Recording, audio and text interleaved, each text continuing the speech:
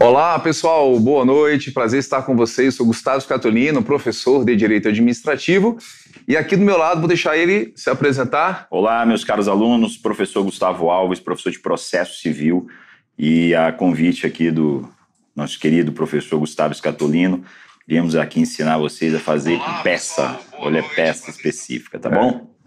Os professor Gustavo Scatolino e Gustavo Alves aqui. O Gustavo Alves é procurador federal, eu sou procurador da Fazenda Nacional, e nós vamos aqui então, como o Gustavo falou, a gente vai fazer com vocês uma oficina de peças jurídicas. A gente sabe que os alunos têm muita necessidade de treinar peças e muito receio, né, Gustavo?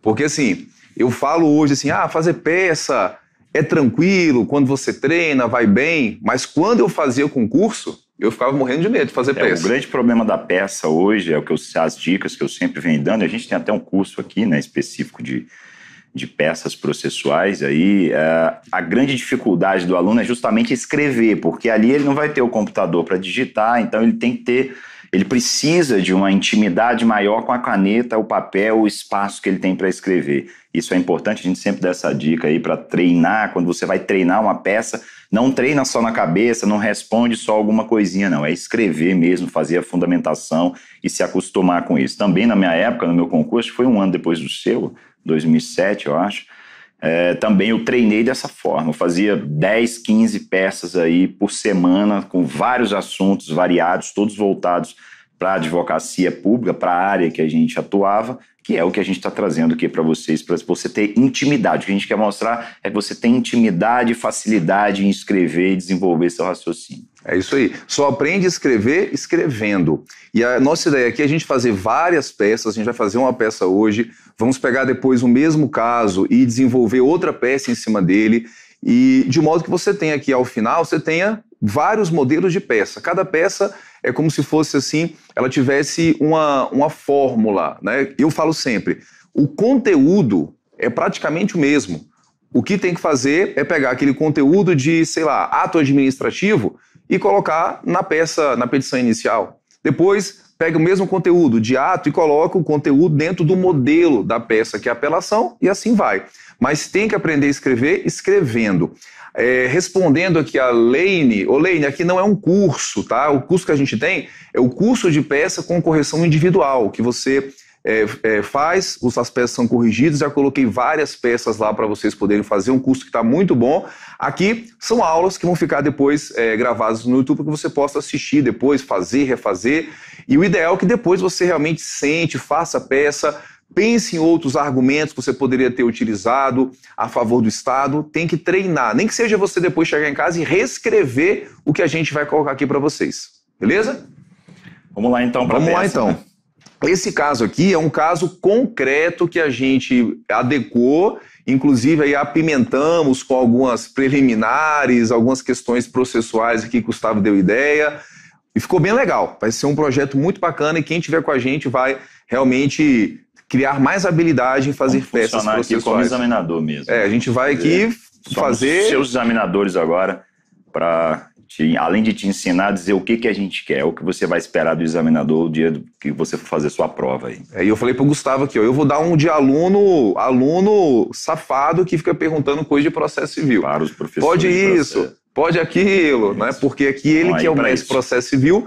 O foco da aula é talvez muito mais em ensinar o processo civil do que eu ensinar o administrativo. Por isso que o foco vai ser bastante aqui no que ele vai falar. Beleza? Vamos lá, então. Então, vou trazer o caso concreto. Olha só.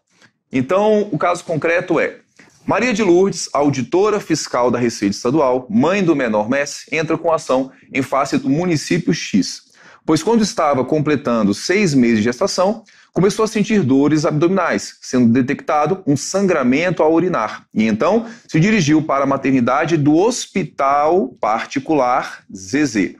Chegando ao Hospital Particular Zezé, ela foi atendida por uma equipe médica que aplicou alguns medicamentos para segurar o bebê, mas infelizmente não surtiu efeito. Assim foi detectado que a criança estava em sofrimento fetal, se iniciando o parto por cesariana, pois já havia dilatação e a bolsa se rompeu. Apesar de prematuro, o menor nasceu saudável, porém teve de passar os próximos 2 meses internado no Hospital Particular Zezé. Por falta de condições financeiras, Maria de Lourdes teve que transferir seu filho Messi para o hospital do município X, ficando internado por mais um mês, no período de 1/5 de 2015 a 1/2 de 2015. Apesar de ter nascido saudável, Messi foi diagnosticado com meningite bacteriana, que no referido caso deu-se em função da falta de higiene durante a internação dos hospitais. Essa foi a causa da meningite.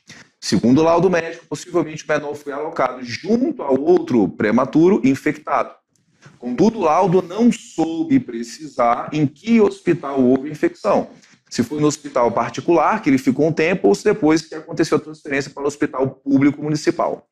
Ademais, o laudo não descartou a possibilidade de a infecção ser adquirida na residência do autor, na medida em que, em sua residência, não havia também os cuidados mínimos de higiene necessários. Em razão dos fatos, o recém-nascido desenvolveu hidrocefalia associada à meningite, bem como o quadro de paralisia cerebral. A autora atribuiu tais sequelas à falta de comprometimento da equipe do hospital municipal. Alega a autora que o hospital municipal é, por consequência, imputável civilmente pelos atos dos seus prepostos, médicos, enfermeiros, empregados em geral, assim como por sorte de ocorrências sucedidas em seu interior, ficando evidenciado, portanto, a responsabilidade objetiva do município.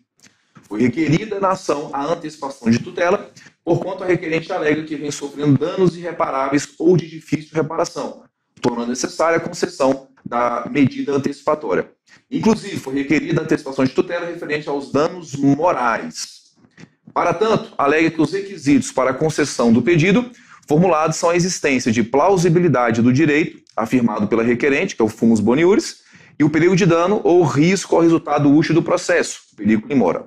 O fumus boniuris foi fundamentado a partir do laudo, cópia anexa, comprovantes das despesas com fisioterapia e com medicamentos, além do comprovante da despesa com a necessidade da devida aquisição de cadeira de rodas, imprescindível para melhor condições e conforto ao menor e aos pais. O perigo in mora foi fundamentado no fato de que a requerente precisou se submeter a inúmeras sessões de fisioterapia, pois a demora poderia levar à irreversibilidade da doença, o que representa um gasto com o qual a família da requerente não tem condições de arcar, porém sem o qual ela não pode ficar para não interromper o tratamento. Além das despesas com a saúde, a família da requerente tem tido gasto com o transporte. Vale salientar que a autora não juntou procuração, outorgando poderes ao advogado constante na petição inicial. Ao final, foram feitos os seguintes pedidos. Então, só para resumir aqui a história para vocês, volta para cá rapidinho. Então, houve um parto prematuro, a criança, que foi o Messi, ficou em hospital particular inicialmente, depois, por falta de condição financeira, foi para um hospital público do município X, né? Do município X. E desenvolveu meningite por ter sido colocado em contato com uma outra criança infectada.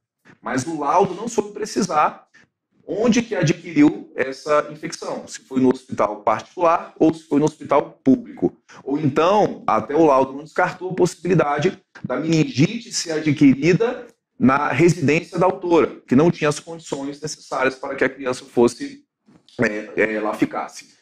A autora, ela é auditora fiscal da Receita Estadual.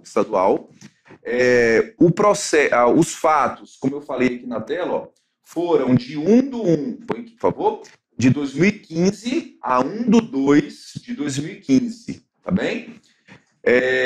E aí, o que ela pediu ao final, né? Justiça gratuita, fundamentando, manifestação do Ministério Público, tutela antecipada de R$3 mil, bem como a quantia de 15 mil para aquisição de cadeira de roda motorizada, e quer antecipação dos efeitos da tutela por danos morais.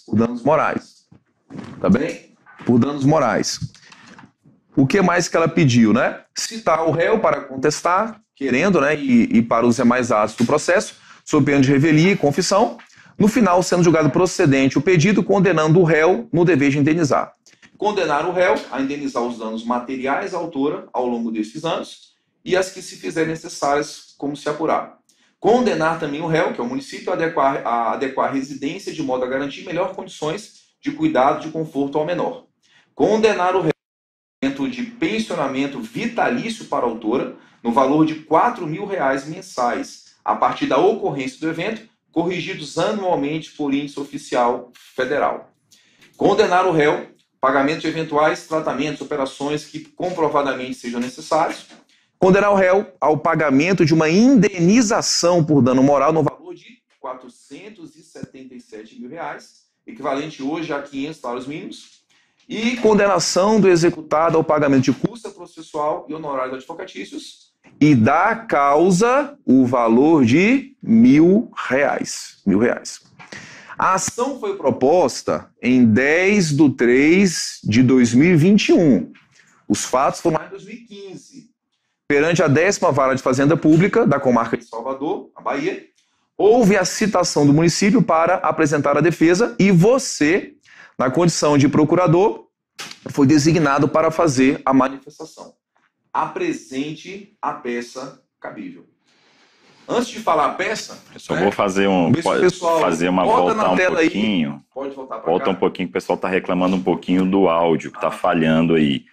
Mas, só para a gente ter uma ideia, o caso concreto aqui que se coloca para a gente é justamente uma responsabilidade objetiva de um município, né? E a responsabilidade específica desse município foi apontada por essa autora na sua petição inicial. Então, trata-se de uma petição inicial proposta pela autora aqui, descrita nessa nossa peça, contra um município X, do qual você é o responsável jurídico, você é o procurador, representante judicial desse município, e foi o caso até você, para você então discorrer aqui qual seria a peça adequada. Bom, fica claro para a gente aqui, né, considerando que é uma petição inicial, fica claro para a gente que trata-se de uma peça contestatória. Isso é muito comum nos concursos da advocacia pública, você ser questionado a fazer uma prova, na prova fazer uma peça de contestação, uma resposta. Isso é muito comum. Então, o cuidado que a gente precisa ter é que os dados que são colocados em todo o caso concreto, eles devem ser bem observados pelos senhores para questões de preliminares, que a gente já destacou aqui vários pontos, o Gustavo deixou aqui muitos pontos destacados para a gente falar sobre preliminar e a estrutura da peça contestatória. Tudo bem? Claro, a gente vai colocar aqui para vocês uma estrutura dessa peça e ensinar você a desenvolver essa peça aqui com os fundamentos que você, evidentemente, vai ter para atacar essa colocação feita no caso concreto.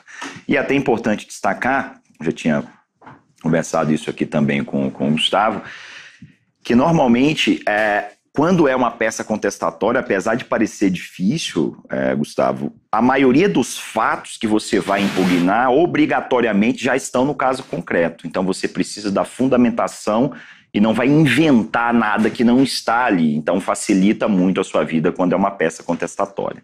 Tranquilo? Vamos para a estrutura específica. Então, assim, na verdade, a contestação, né, e a apelação, pode contar para cá? Volta para a gente aqui. A contestação e a apelação são as duas peças que mais caem no concurso da advocacia pública. Advocacia pública. Até quando fala de OAB também... Até mesmo porque pode cair na prova de civil, de processo civil, de administrativo, constitucional. Então, por mais que em todas, muitas variáveis. Então, ou uma peça contestatória ou uma peça específica de apelação, de recurso, aí, isso é muito comum. Porque são peças que dá para o examinador trabalhar muitas coisas, né? Na contestação ele vai vir com preliminar e é assim, muito difícil num concurso público uma contestação que não tenha uma preliminar. No mínimo uma preliminar.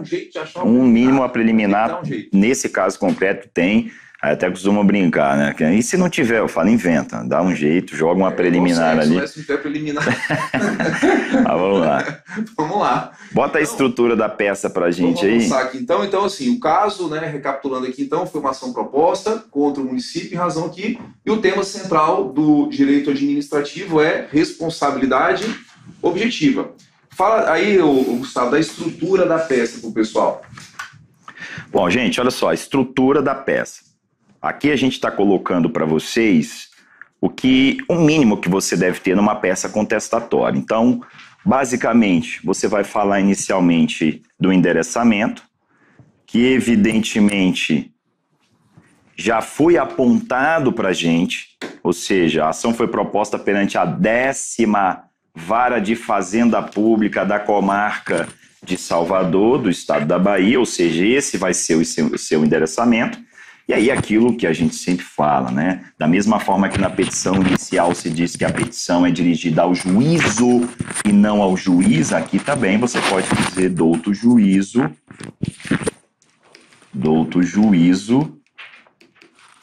da 10ª Vara, e vou colocar 3 pontinhos aqui, porque o dado é esse que consta, 10ª Vara de Fazenda Pública da comarca de Salvador. Também você pode colocar, como vocês gostam, né? Excelentíssimo senhor juiz de direito, letrinha tá feia aqui, mas dá para entender, da vara, e a mesma coisa. A gente vai trazer a peça para vocês montada, tá? Prontinha. Tá. Qualificação, e aí? Como é que vai funcionar a qualificação em prova? Você vai fazer a qualificação conforme os dados que constam no caso concreto. Aqui, evidentemente, você vai dizer município X, representado no ato pelo procurador. E aqui, só para você ter um dado interessante... A gente vai trazer isso aí para eles, tudo escrito. Eu só estou fazendo um esboço aqui, mas só para você ter um dado interessante, vem comigo aqui na tela. Quando você fala de representação de município, ao contrário do Estado, Distrito Federal e União, que são representados, aí diz a lei, o artigo 75 do CPC, incisos 1 e 2, expressamente dizem que serão representados pelos seus procuradores. Já o município será representado pelo prefeito ou pelo procurador. No caso aqui, como a peça foi dirigida a você, deixa claro que esse município tem procurador. Então você vai dizer o município representado pelo seu procurador. Seria a qualificação específica aqui, tá? Pode voltar na tela. A gente inclui sempre um tópico da tempestividade, evidentemente a tempestividade da contestação. Claro, esse tópico aqui a gente deixa um destaque, ele só seria estritamente necessário se houvesse na questão, e a gente colocou aqui exatamente quando que foi proposta a ação, né, dia 10 de março de 2021, mas percebam que a questão não questionou a você quando que você teria que contestar. Evidentemente que você contaria o prazo aqui, prazo da contestação não é o prazo da propositura, e sim um prazo em que o município foi citado. Como não há esse dado, você evidentemente não teria que colocar nada aqui na tempestividade para esse caso concreto que nós tivemos. Mas tomem cuidado que se for questionada alguma coisa relativa à data da contestação, que é a peça que você está apresentando, você tem que tomar cuidado com esse tópico. Você pode incluir aqui esse tópico para se falar da tempestividade. Tem alguns concursos, pessoal, que pede para interpor a peça ou o recurso no último dia do prazo, exigindo que você conte os prazos certinhos, né? A gente pode até, numa aula futura, trabalhar aqui a questão dos prazos, trazer um caso para a gente gastar um tempinho contando o prazo. Aqui a gente colocou da tempestividade, né? Não é um tópico necessário tecnicamente ou formal da contestação, mas como a nossa intenção aqui é prepará-los para a prova do concurso, a gente vai atender uma formalidade para que, se tem no espelho de correção, você vai pontuar. E se de repente não tem, você vai colocar, vai ficar mais bonita a sua peça, mais organizada, e não vai pontuar. É melhor colocar e talvez não ter no espelho do que você deixar de colocar e perder um ponto valioso para vocês. E às vezes esse tópico da tempestividade, aí eu já destaco, até mesmo por uma contagem de prazo específico e algum caso que apresente o caso concreto ali, que tenha dado uma suspensão do prazo, enfim, uma indisponibilidade do sistema, ou o fórum fechou mais cedo no último dia do prazo. E é interessante você colocar esse tópico. Então, imagine, o seu último dia do prazo era dia 15, mas dia 15 o fórum fechou mais cedo.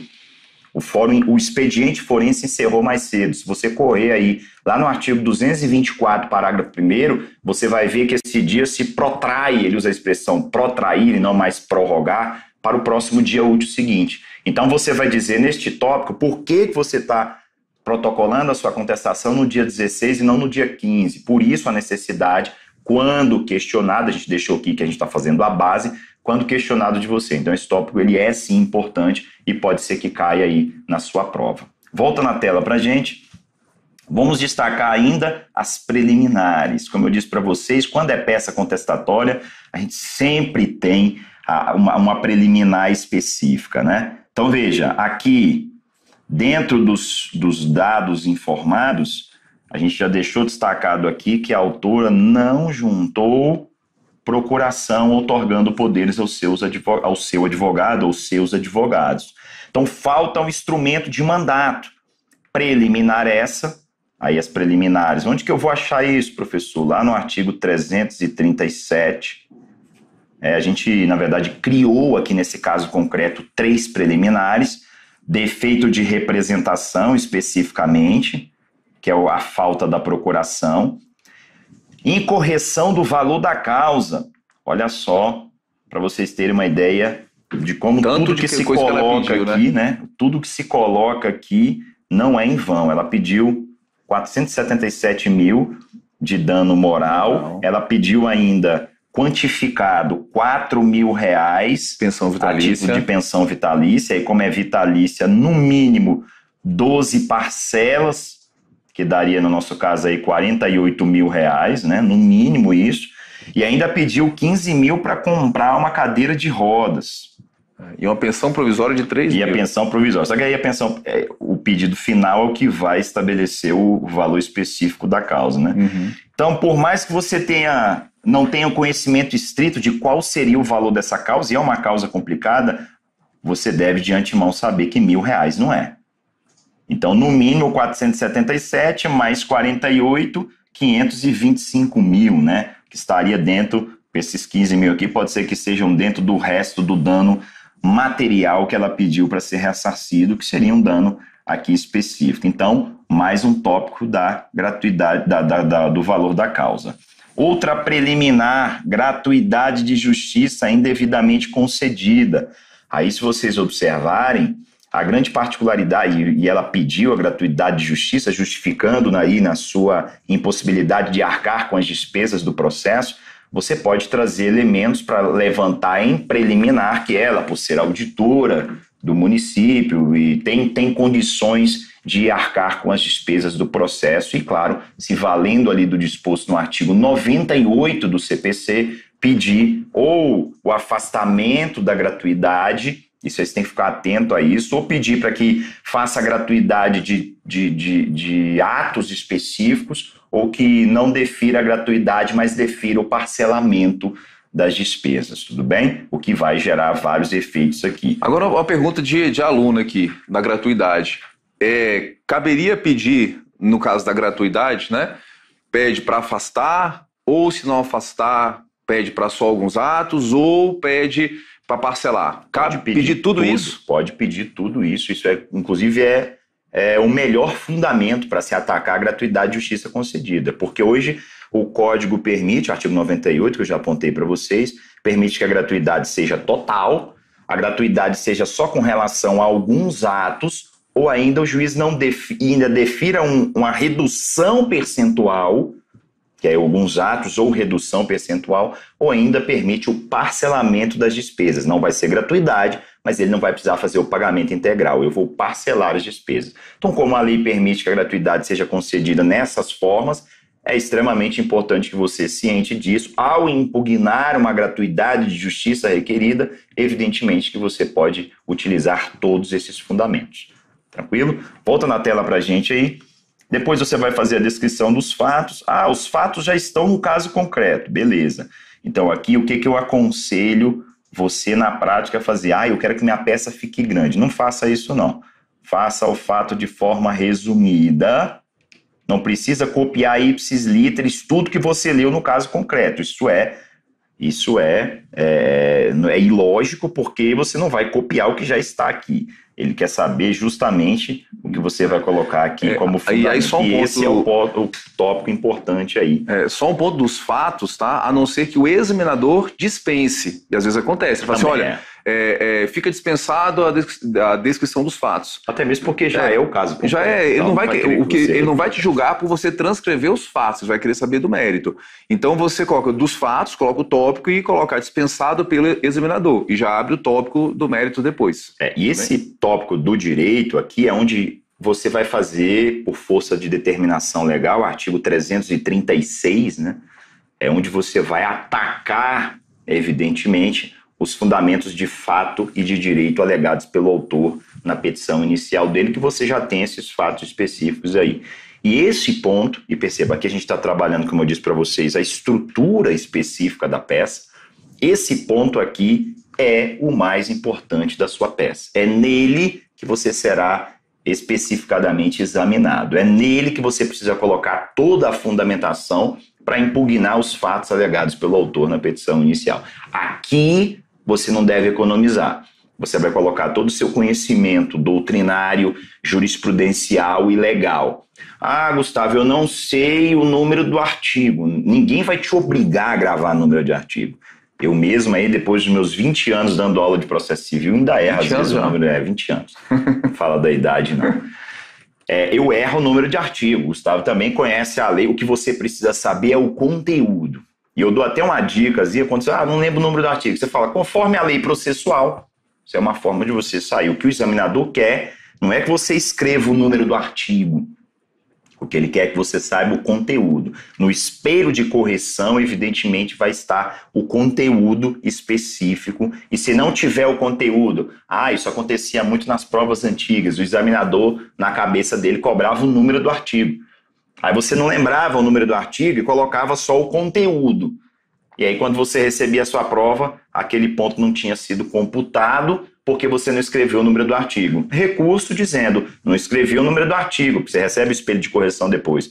Eu não escrevi o número do artigo, mas o que ele diz está aqui no parágrafo tal. Com certeza o examinador vai dar provimento ao seu recurso e te dar esse ponto. Claro que se souber, inclusive se tiver podendo consultar a legislação, se souber, cita, porque facilita até a correção. Exato. Que ele bate o olho na peça, vê o artigo e fala, opa, pontuou aqui porque colocou o artigo. Porque, às vezes, ele não vai nem ter tempo de ler tudo que você colocar. Mas, quando ele vê que colocou o artigo, ele vai lá no espelho e já marca que você colocou e já principalmente para quando for permitida a consulta, a legislação seca. Aí, meu amigo, bote todos os artigos que você fizer referência. Aí aquela velha máxima, acorde a bunda, não nocede. Né? Você vai responder essa prova colocando tudo neste tópico aqui. Como é que é essa máxima aí, cara? Acorde a bunda, não nocede, que a bunda não prejudica. Acorde a bunda, não nocede. Não prejudica. E aí vem do direito. Volta na tela pra gente. E aí, todos os fundamentos aqui, aí já vai pro direito material, né? Aí já fica a cargo aqui do nosso... vou deixar para trabalhar aí na parte que a gente for falar da peça, né? A gente viu que vai alegar uma prescrição, vai alegar que não existe responsabilidade civil do município, vai alegar que os danos morais são desproporcionais e vai pedir, né, aqui o Gustavo, para indeferir a tutela antecipada. Agora, olha que interessante. Por que é bom você mentaliza na sua cabeça essa estrutura? Eu cheguei lá, é uma peça que tem lá, 100 linhas para eu escrever a minha peça, e o caso concreto gigante. Aí você vai ficar, meu Deus, faço rascunho, não faço rascunho? Senhores, os senhores não estão mais na época de fazer rascunho. Rascunho você fazia no primeiro grau lá. Agora você vai escrever. Mas e se eu escrever e errar? É por isso que você pega essa estrutura aqui. Olha o que nós fizemos na estrutura. Eu já disse para vocês o que a gente vai escrever nessa peça. E aí você vai lá no seu rascunho e coloca endereçamento será esse. Claro, você vai fazer endereçamento de rascunho de endereçamento. Já endereça lá a sua petição inicial. Professor, a gente pergunta isso, precisa pular uma linha? Precisa deixar espaço, aquele espaço grandão que fica na petição inicial? Em prova, não. Pula uma linha só para você não misturar muito o texto. Bagunçado. Pula uma linha, posso pular 5 linhas para ficar bonito igual a petição? Não, ele não quer que você desenhe uma petição, ele vai te avaliar pelo conteúdo. Então pula uma linha só, vem para a qualificação, pula uma linha só, vem para dos fatos, terminar os fatos, pula uma linha só do direito e aí preliminar a mesma coisa. Pulou uma linha, qualificou, a qualificação já vai estar a mínima lá, ou se o examinador dispensar também, porque já está. Da tempestividade, da preliminar. Quais as preliminares que eu vou alegar nessa prova? Vai lá e escreve, igual a gente fez aqui, preliminar. Olha, eu vou impugnar a gratuidade de justiça, eu vou impugnar o valor da causa e vou alegar defeito de representação. E você vai desenvolver isso quando você for efetivamente escrever a peça. Eu fazia exatamente assim. E é assim. Eu fazia esse esqueleto aqui, né? Aí vinham várias ideias, eu ia colocando só no esqueleto, mas para escrever e desenvolver é na hora de escrever. E aí você fica com o seu rascunho, entre aspas, do lado. Vou desenvolver agora incorreção do valor da causa. Vai lá, tópico da incorreção do valor da causa, desenvolve. Risca ele, já resolvi. Vou lá, risca ele. Pode voltar na tela comigo que eu estou riscando, eles não estão vendo. Risca ele. Esse eu já falei. Vou falar desse. Pronto, já falei. E assim você vai desenvolvendo aí a sua peça, né? Então, e aí tem os pedidos finais. E dos pedidos, que na verdade a gente sempre costuma brincar que em contestação não se pede nada, só se impede, mas isso é uma ilogicidade. Obviamente que você vai sim fazer os pedidos específicos aqui na sua contestação. Você pede o acolhimento das preliminares e olha uma particularidade aqui, que inclusive antes da gente vir para cá, o Gustavo me questionou. Foi uma dúvida que eu tive. Vou fazer a pergunta de aluno, né? Volta para cá. A pergunta de aluno professor Gustavo, e as preliminares aqui suscitadas vão extinguir o processo, pede a extinção ou pede o quê? Na verdade, quando você vai lá para o artigo 337, ele tem 3 tipos de preliminares. São preliminares dilatórias, tá lá no meu curso lá, você acompanha lá todos os detalhes específicos, a gente não tem tempo para destacar isso aqui, mas você tem preliminares dilatórias, que são aquelas que, quando acolhidas, solucionam um problema e o processo segue. Você tem preliminares peremptórias, que é aquela que, quando acolhidas, geram a extinção do processo.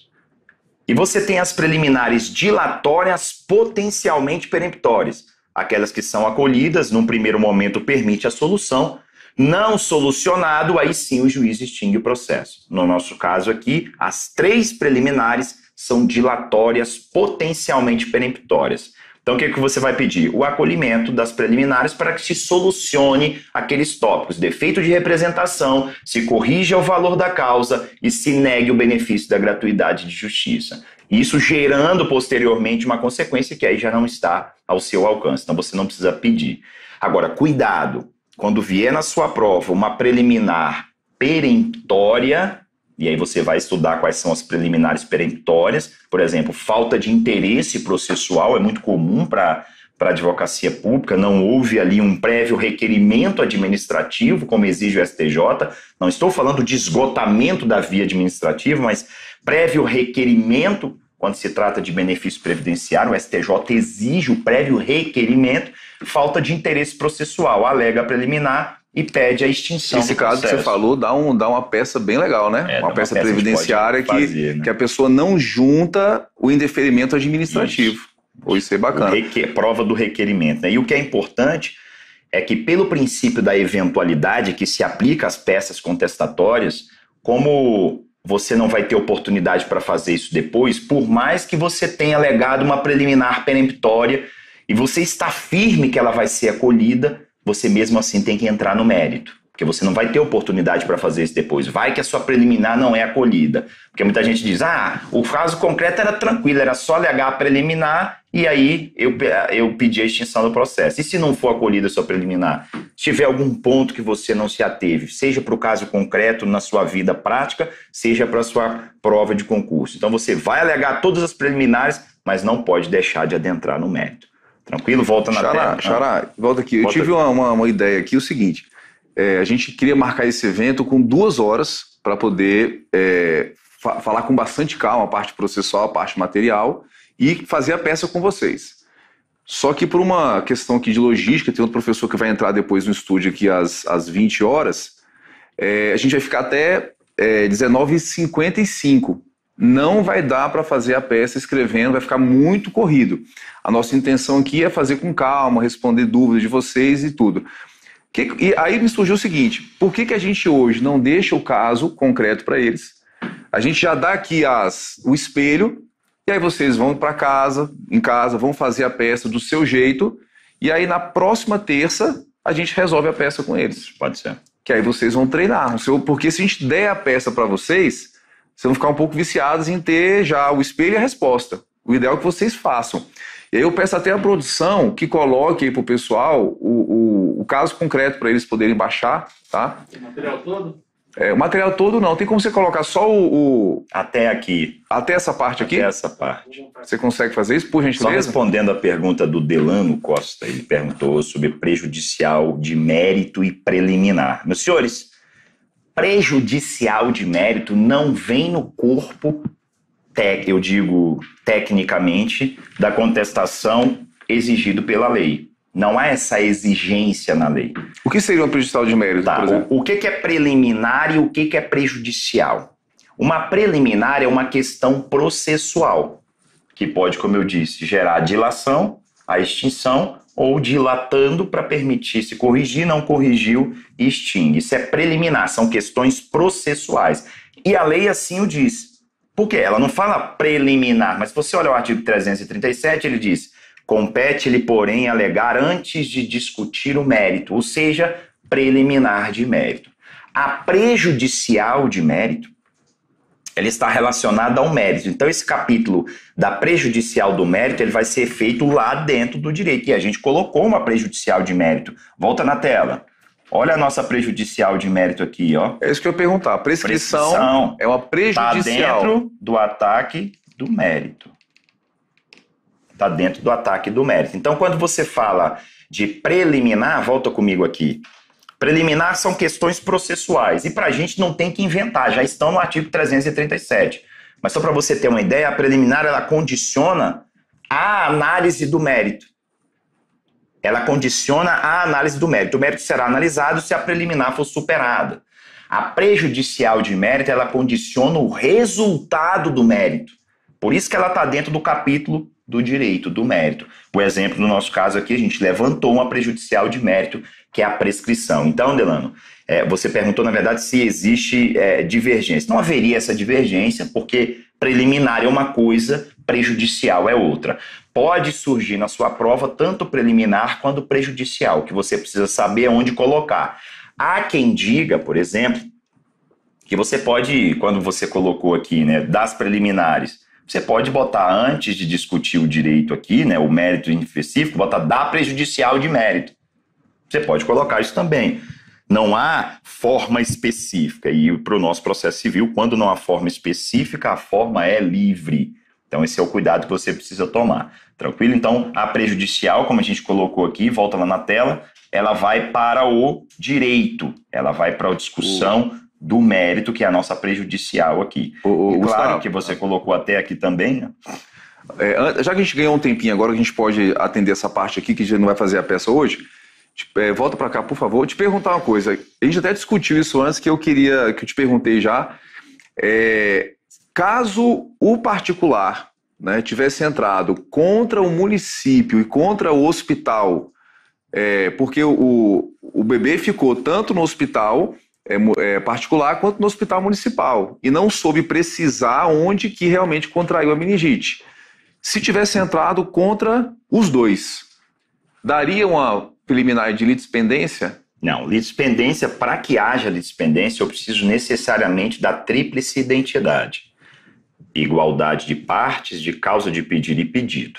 A tríplice identidade dos elementos da ação. Nesse caso, nós temos um elemento que não é igual, que são as partes.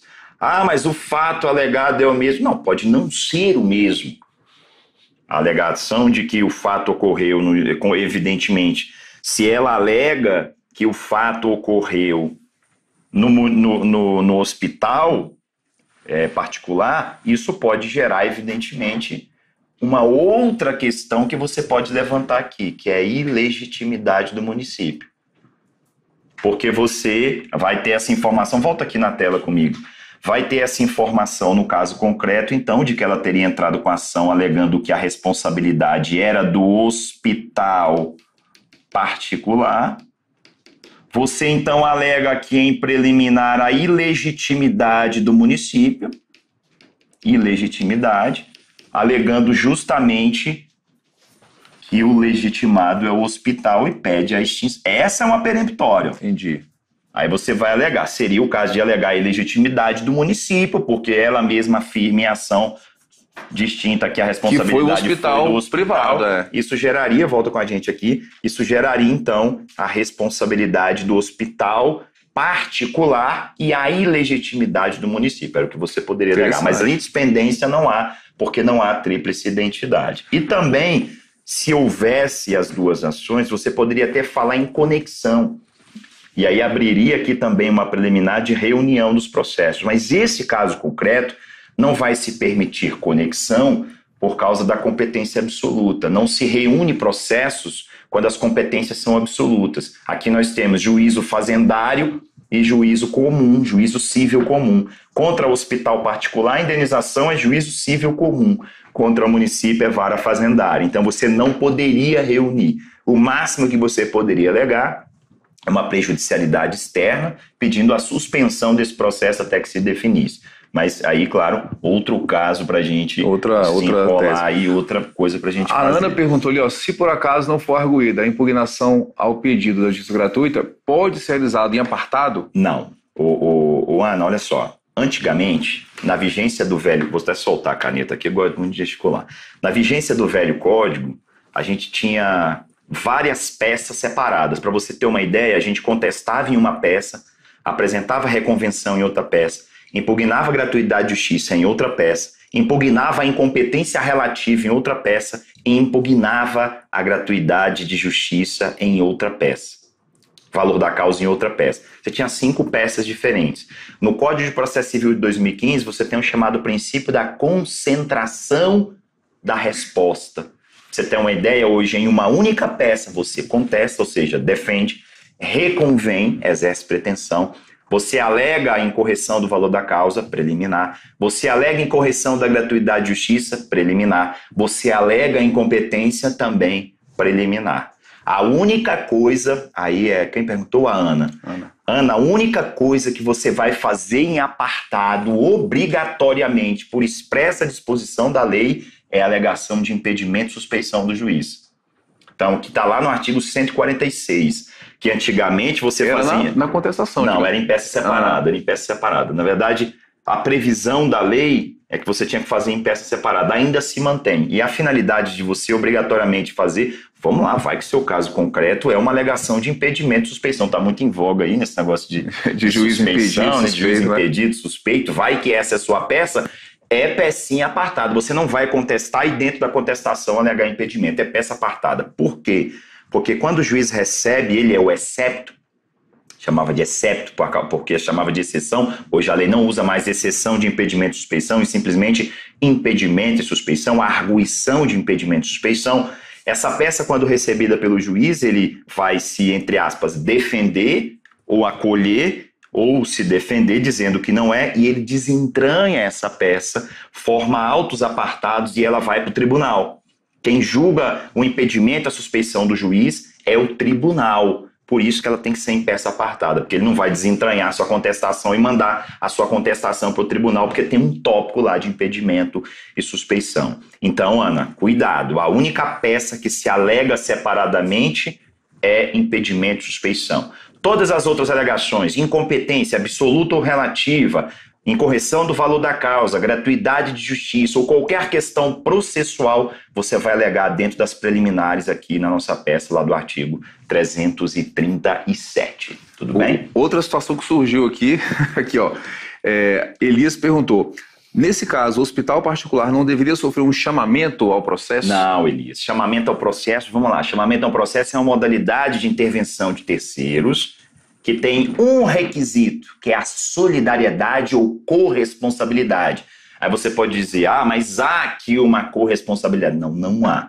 A solidariedade ela não se cria para esse fato. O que nós temos aqui é responsabilidades separadas, subsidiárias no máximo e não solidárias. O que eu quero dizer? Os dois hospitais, no caso o município pelo seu hospital e o hospital particular, os dois não são igualmente responsáveis. Esse é o requisito para o chamamento ao processo. Os dois precisam ser igualmente responsáveis. Pensa, dois devedores solidários. Aí só um é acionado, ele chama o outro ao processo. Mas nesse caso não há solidariedade entre o hospital particular e o hospital municipal pelo seu município. Não há essa solidariedade. Aqui o que nós temos seriam responsabilidades, no máximo, subsidiárias e não solidárias. Subsidiária no sentido de que se não entrar para um, subsidiariamente vai para o outro. E a subsidiariedade não dá motivo para chamamento ao processo. Talvez aí, por exemplo, um caso interessante, responsabilidade em questão de saúde, que é do Estado, é do município, é da União. Aí poderia ser um caso interessante de fazer uma peça comum, também, né? O Estado chamar o município chamar o Estado chamar a União. A gente tem até jurisprudência importantíssima sobre isso, né? De Estado chamando União, aí que a responsabilidade constitucional na questão da saúde é do ente federal pelo seu repasse, e aí a gente traz para vocês aqui a jurisprudência. Na maioria dos casos não se admite essa convocação, né? essa espécie de responsabilidade ser atribuída também, mas aí o caso específico... E aí só uma pergunta, esse chamamento se faz na contestação? Se fosse o chamamento, se você for fazer chamamento ao processo, obrigatoriamente por disposição de lei, artigo 131, ele deve ser feito na contestação. E o chamamento, só lembrando, ele é exclusivo do réu. Só o réu que pode fazer chamamento ao processo. Então, nesse caso, ele tem obrigatoriamente que fazer na contestação. Aí seria um tópico aqui, você abre um tópico do chamamento ao processo, diz por que está chamando ao processo, justificado na solidariedade ou na corresponsabilidade, e traz aqui pedido de citação desse chamado, né? Aí faltam uns pontos aqui dos pedidos. Volta lá, então, na tela para a gente. Aí a gente colocou, então, como eu disse para vocês, esses pedidos, né, específicos, acolhimento das preliminares, aí destacamos aqui a revogação da concessão da gratuidade, que é a consequência de uma preliminar. Na hipótese de ser afastada a preliminar, nesses casos específicos, sejam julgados. Isso aqui, ó, evidentemente, você vai colocar principalmente quando for preliminar peremptória. Aí eu até brinco, né, Gustavo? Tem um jeito para rebuscar a sua petição. Volta comigo aqui. Um jeito de você rebuscar a sua petição, quando você alega ali o capítulo das preliminares e você tem que entrar no mérito, percebam que as preliminares elas devem ser alegadas juntamente com o mérito, ainda que com ele incongruente. Você alega a preliminar de falta de interesse processual e no mérito ataca os fatos que você está dizendo que não havia interesse para se impugnar. Mas você precisa obrigatoriamente fazer isso. E para que não fique feio o link entre o capítulo das preliminares e o capítulo das contestações, que você até colocou aqui, né? Eu sempre gosto de falar lá. Quando você entra no do direito ali, questionar o mérito, você coloca na remota hipótese de não ser acolhida a minha preliminar, o que se admite apenas para argumentar, o famoso ad argumentando tanto, entro no mérito. Entro no mérito, que é o que você colocou aqui. Na hipótese de não ser afastada a preliminar, volta na tela. Na hipótese de não ser afastada a preliminar, pede a improcedência dos pedidos pelo autor, né? Reconhecimento da prescrição, que é a nossa prejudicial, né?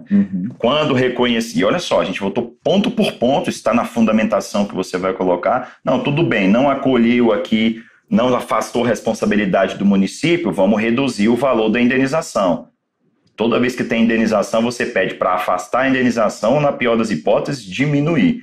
Não deferimento da tutela antecipada, justificativa a gente coloca também na fundamentação, que não há fumus boni iuris, não há periculum in mora, e a condenação do réu ao pagamento das custas e honorários advocatícios. Isso aqui, na verdade, é implícito, mesmo que você não peça, considera-se feito, por força do artigo 322, no seu parágrafo 1º, mas é interessante, como eu costumei falar aqui, né, quod abunda non nocet, não abunda não prejudica, e a produção só preciso pedir prova, e um detalhezinho aqui, o artigo 336 deixa claro que o réu também tem que pedir a prova, inclusive, se for o caso, indicar a prova, que seria aqui no nosso caso, perícia, né? E só um ponto aqui, ó, os artigos, né, a gente não colocou, né, quando elas são honorários, né, mas coloca na forma do artigo 85, 85, né, parágrafo do CPC, 3º, né? Principalmente quando fazenda pública está em juízo, é o parágrafo 3º do 85. Tá? Lembrem-se sempre disso. Fazenda pública em juízo, parágrafo 3º do artigo 85. Existe uma forma diferenciada de honorários advocatícios quando a fazenda pública participa. Não importa se ela é autora, não importa se ela é ré, os honorários serão fixados na forma do 85, parágrafo 3º. Nárdia, a gente vai colocar essa questão, né, já que não soube se precisar onde contraiu a meningite, a doença, a gente vai impugnar isso em falta de nexo causal na parte do mérito, porque para que tenha responsabilidade do Estado tem que ter conduta, dano e nexo causal. E a gente vai tentar aí, né, afastar tudo isso. Dizer que não teve conduta de Estado, que não teve dano, ou então, em qualquer caso, não teve nexo causal entre uma conduta e o dano causal. Tentar desconstruir a base da responsabilidade civil do Estado. Cauê, eu acho que você chegou um pouquinho depois aí do início, a gente falou justamente isso, é resumido mesmo, tá? Se você for descrever o fato, é resumido, até mesmo porque o fato já está ali, você não vai gastar tempo fazendo isso, tá? E concurseira, a Rubenita, óbvio que você sim deve fazer a peça, obviamente que você deve tentar fazer essa peça. Trabalha essa peça aqui, pega essa estrutura que a gente vai deixar com você aqui, trabalha a sua peça e quando a gente vier aqui comentar sobre a peça, você vê aí se você foi meio para o lado, foi, não foi. Ah, eu posso agora consultar. Agora você consulta o que você quiser. Você tem à sua disposição aí computador, Google, lei, doutrina, tudo que você tiver, joga na peça aqui, porque isso é uma forma de você estudar. Não estou, claro, no dia da prova eu não vou poder fazer isso, beleza, mas você, como eu disse, a gente está te treinando para você chegar lá e conseguir fazer isso. Então vai buscar os fundamentos e quando você vier para cá, você vai comparar a sua peça à nossa. Se o essencial que a gente colocou aqui, que seria o espelho de correção, estiver na sua peça, maravilha, você está aprovado, você ganhou todos os pontos. Ah, tá diferente, óbvio que vai ser diferente. Vai ter 1000 concursandos, 1000 provas diferentes. Isso aí não tem como não se colocar. Então, assim, o compromisso que a gente fica com vocês é que vocês vão pegar o caso concreto, essa estrutura, e vocês vão trazer na terça-feira que vem. Chamou a atenção. Tem razão, Elis. A gente pediu para condenar o réu, a gente é o réu. Né? Tem razão, Elis. Aí, ó, o equívoco. Aí, isso a gente deixou propositalmente, né? Para o aluno ver. Só para ver se você estava atento, Elis. Você está bem atento. Você ganhou um ponto aí. Mas o que acontece? Você ganhou um ponto aí na banca. E aí vocês têm um compromisso de fazer a peça em casa, utilize esses argumentos, invente outros, né? Não há limite aqui. Tá na descrição do vídeo, a peça com espelho, façam. E a gente volta na terça-feira que vem, às 19 horas, para poder fazer a correção da peça e trazer mais argumentos, responder mais dúvidas. Gustavo, eu achei assim, a aula muito proveitosa. Assim, aprendi muito processo civil aqui agora com você. E na prática, né? Porque assim, quando você está na teoria dando aula, a gente não pensa nessas situações. E quando você traz isso para o caso concreto, a gente acaba que a gente não esquece mais esses pontos aí. É o estudo interdisciplinar necessário para todo concurso público. Agora, você vai para uma prova, tem que saber todas as disciplinas, né? E aqui a gente trouxe processo e direito material aqui sem muitas complicações. É isso aí. Então a gente encerra aqui hoje, na próxima terça, às 19 horas, a gente volta fazendo essa peça e trazendo ainda outro caso para que seja apreciado depois dessa peça, a mesma situação, os mesmos fatos, mas em uma outra peça processual. Beleza? Até a próxima.